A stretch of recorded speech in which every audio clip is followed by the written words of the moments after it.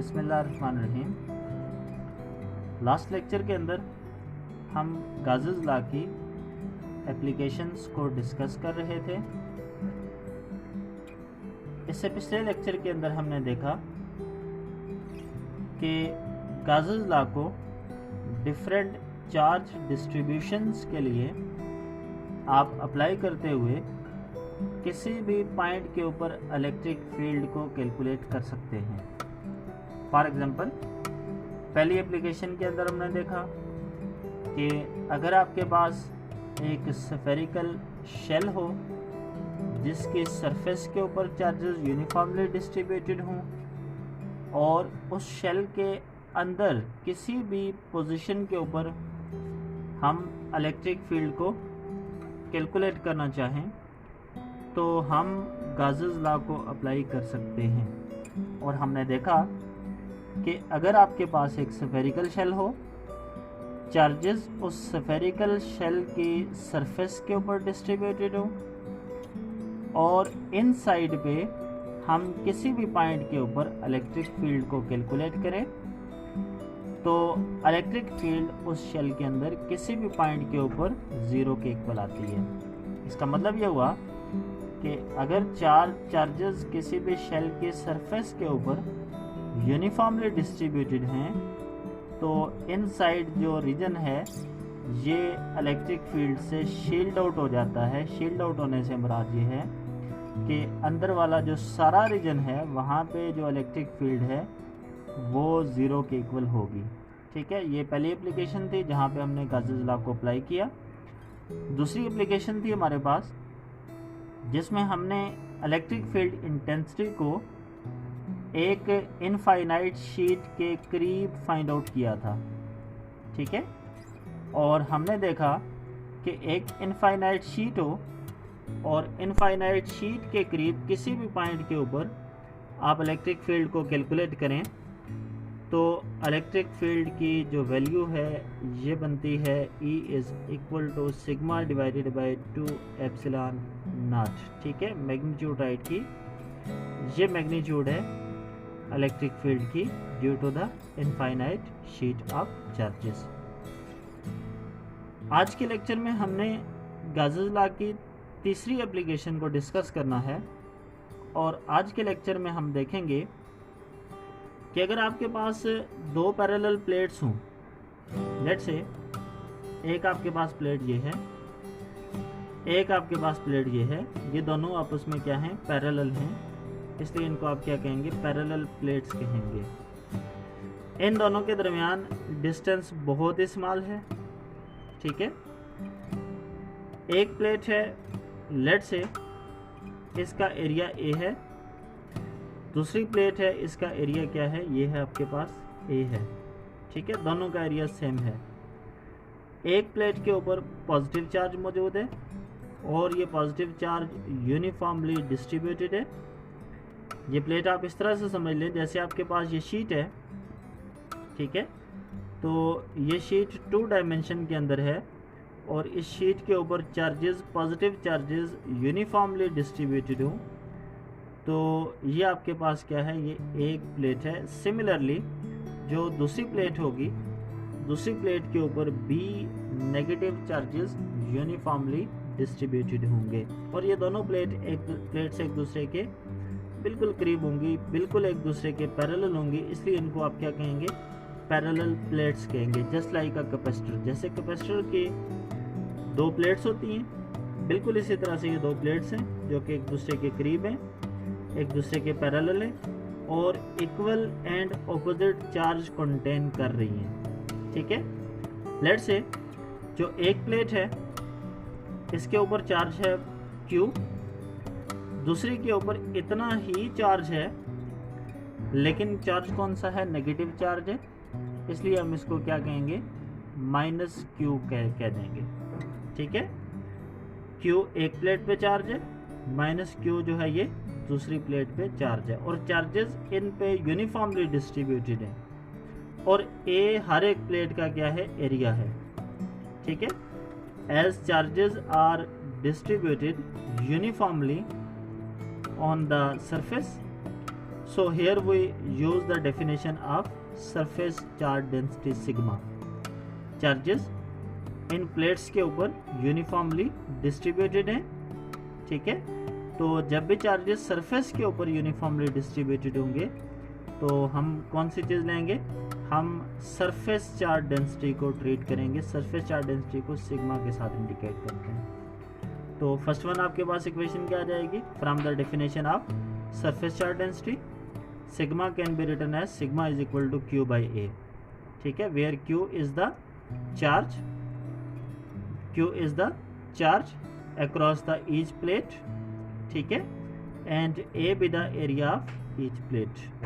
Q वो charge है जो हर एक प्लेट कंटेन कर रही है और ए वो एरिया है जो हर एक प्लेट जो है ये क्या कर रही है, पोजेस कर रही है। From equation 1 we can calculate the value of q and q can be calculated as q is equal to sigma multiply by a। ये a इस तरफ जाके क्या हो जाएगा, मल्टीप्लाई हो जाएगा।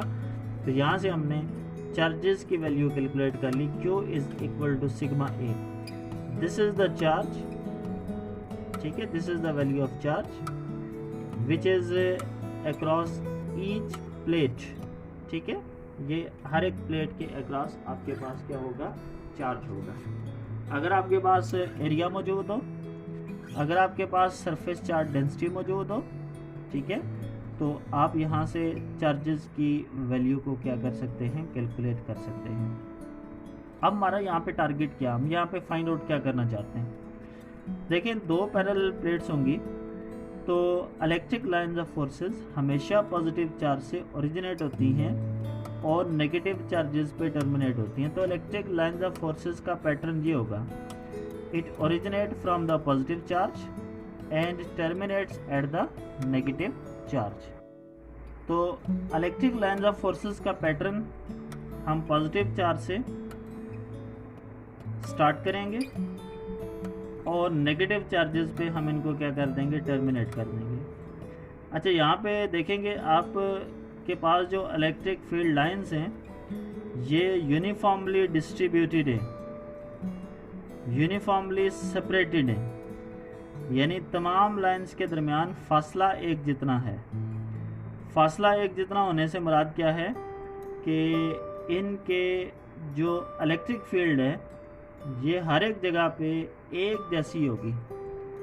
हमने पहले पढ़ा था कि जहाँ पे इलेक्ट्रिक लाइंस ऑफ फोर्सेस एक दूसरे के करीब करीब होती हैं वहाँ पे इलेक्ट्रिक फील्ड की वैल्यू स्ट्रॉन्ग होती है, ठीक है, वहाँ पे इलेक्ट्रिक फील्ड की वैल्यू ज़्यादा होती है।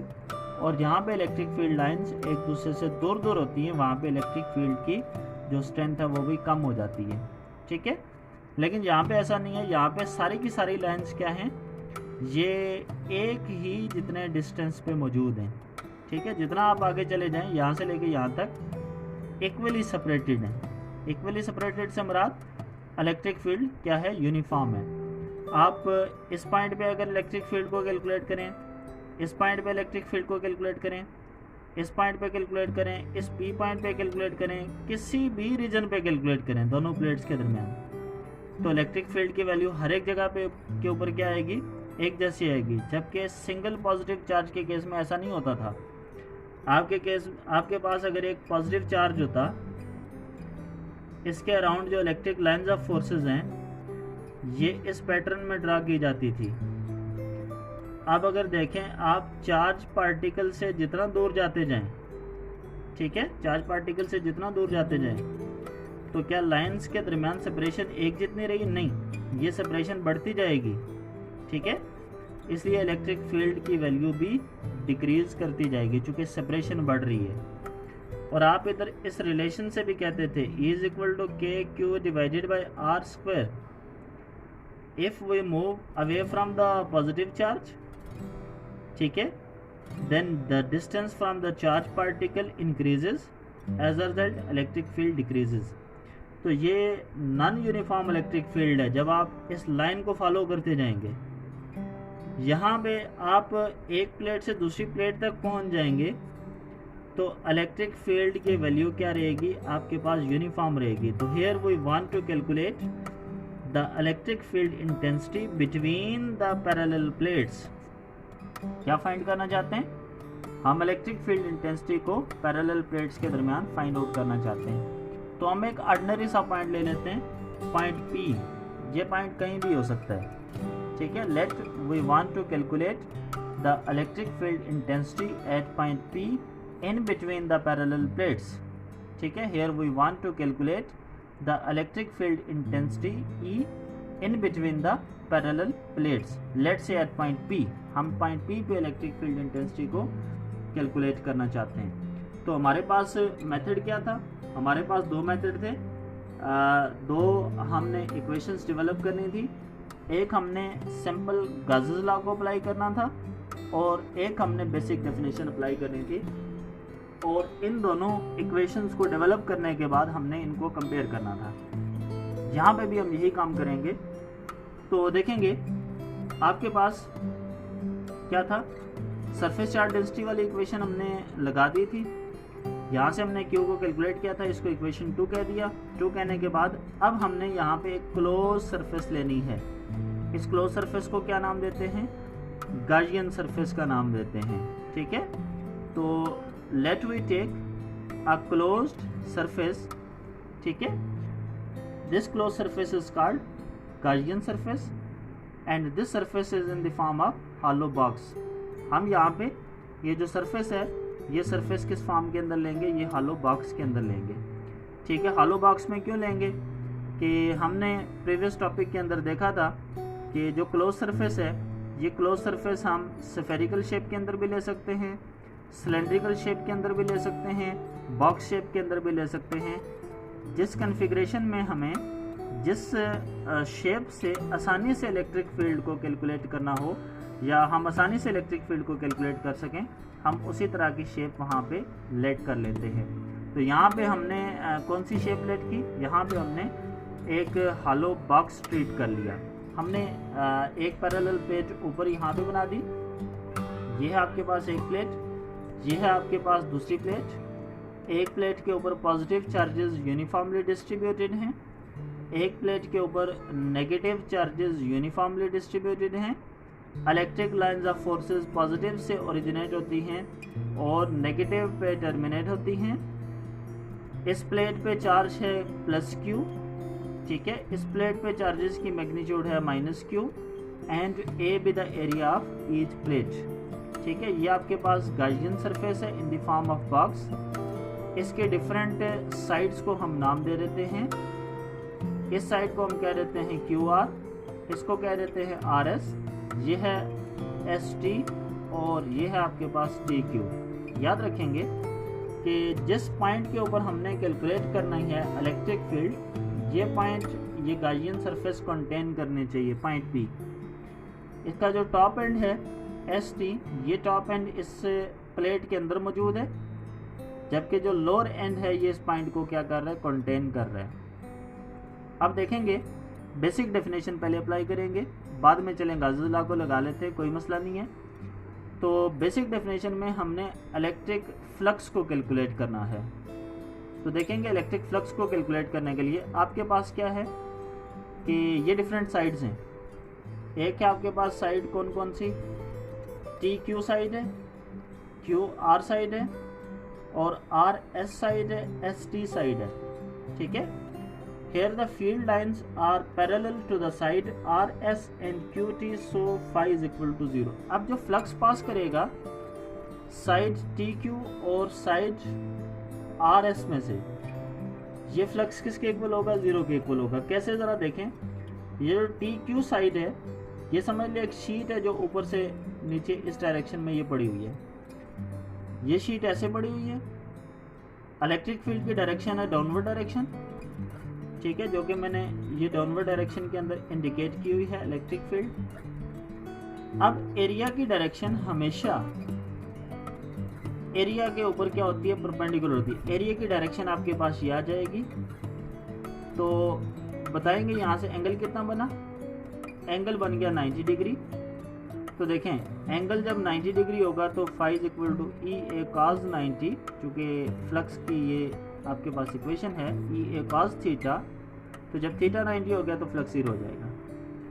इसमें भी देखें, ये साइड है आपके पास, इलेक्ट्रिक फील्ड है डाउनवर्ड, एरिया की डायरेक्शन या तो आप इधर लेंगे परपेंडिकुलर होगी, या तो आप इधर भी ले सकते हैं, फिर भी परपेंडिकुलर ही है।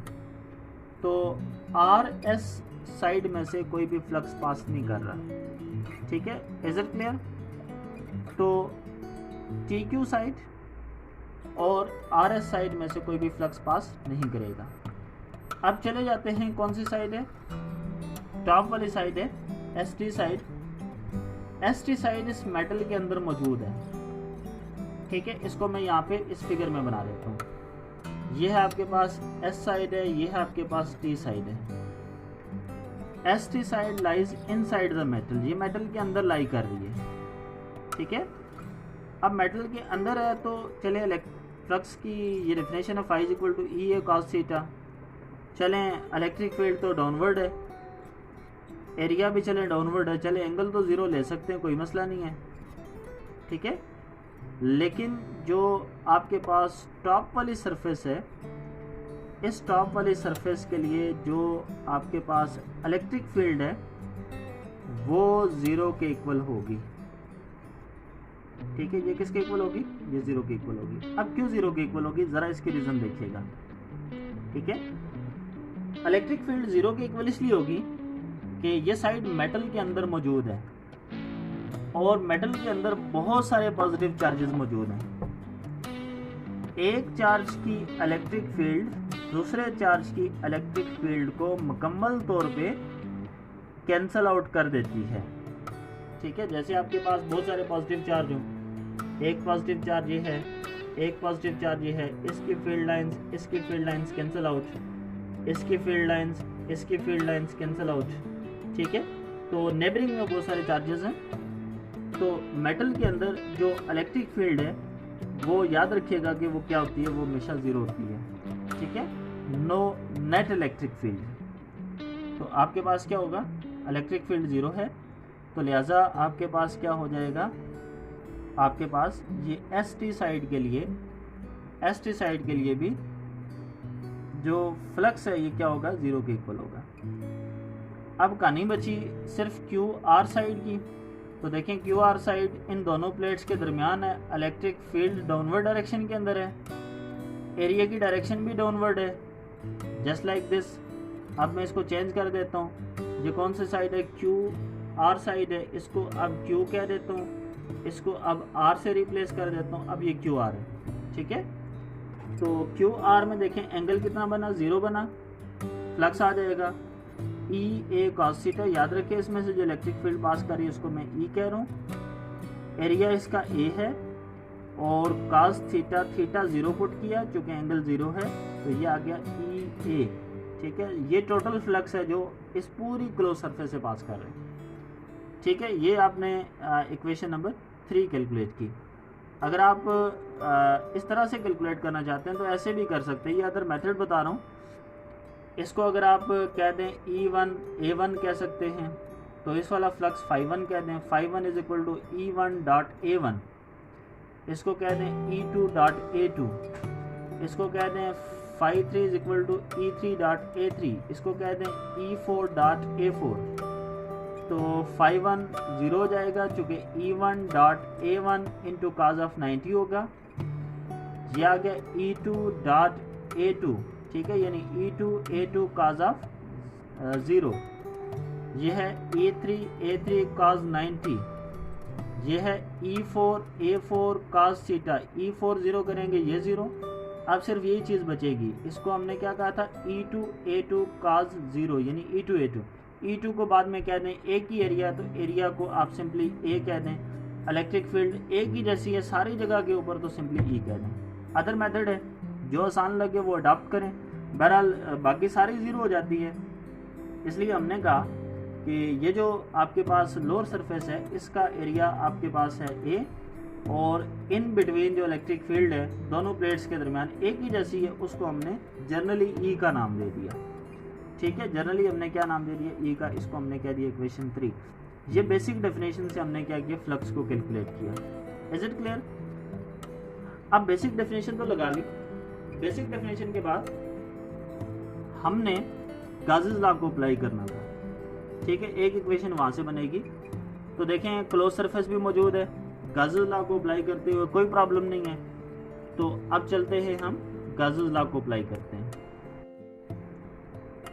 From the definition of Gauss's law, flux through the close surface is equal to 1 by epsilon naught time to the total charge enclosed by that surface. ठीक है, this is the statement of Gauss's law, and from statement of Gauss's law mathematically we can write it as phi is equal to 1 by epsilon naught time to the total charge.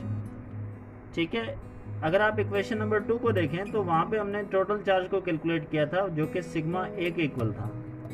तो अगले step में आप phi is equal to 1 by epsilon naught as it is रखें, q की जगह पे sigma ए put कर दिया। ये इक्वेशन नंबर 4 बन गई। तो देखें इक्वेशन नंबर 3 में भी हमने phi कैलकुलेट किया, इक्वेशन नंबर 4 में भी हमने phi कैलकुलेट किया। अब कंपेयर कर दें इक्वेशन नंबर 3 एंड 4 को। इक्वेशन नंबर 3 में phi था ई ए के इक्वल, इक्वेशन नंबर 4 में phi इस फैक्टर के इक्वल है। तो लिहाजा आपके पास आ जाएगा E A is equal to 1 by epsilon naught time to the sigma a.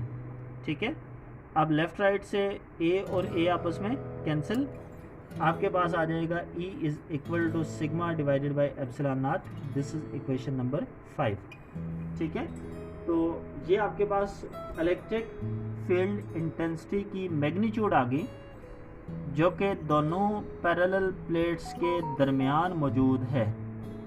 ठीक है, जो कि दोनों पैरेलल प्लेट्स के दरमियान मौजूद है। अब हम देखेंगे यहाँ से इक्वेशन 5 से हम कह सकते हैं कि electric field intensity depends upon the one factor from this equation. It depends upon the one factor, it depends upon the value of sigma. What is sigma? It is the surface charge density. ठीक है, electric field intensity depends upon the surface charge density of the plate. Okay, अब जो surface charge density है वो बराबर होती है charge per unit area. It means कि आप कह सकते हैं कि इलेक्ट्रिक फील्ड इंटेंसिटी सिग्मा पे, यानी सिग्मा आगे इन दो फैक्टर्स पे डिपेंड करती है, तो आप ये भी कह सकते हैं इलेक्ट्रिक फील्ड इंटेंसिटी चार्ज और एरिया पे भी डिपेंड करती है। ठीक है, चार्ज को बढ़ाएंगे सिग्मा बढ़ जाएगा, सिग्मा बढ़ेगा तो इलेक्ट्रिक फील्ड इंटेंसिटी बढ़ जाएगी।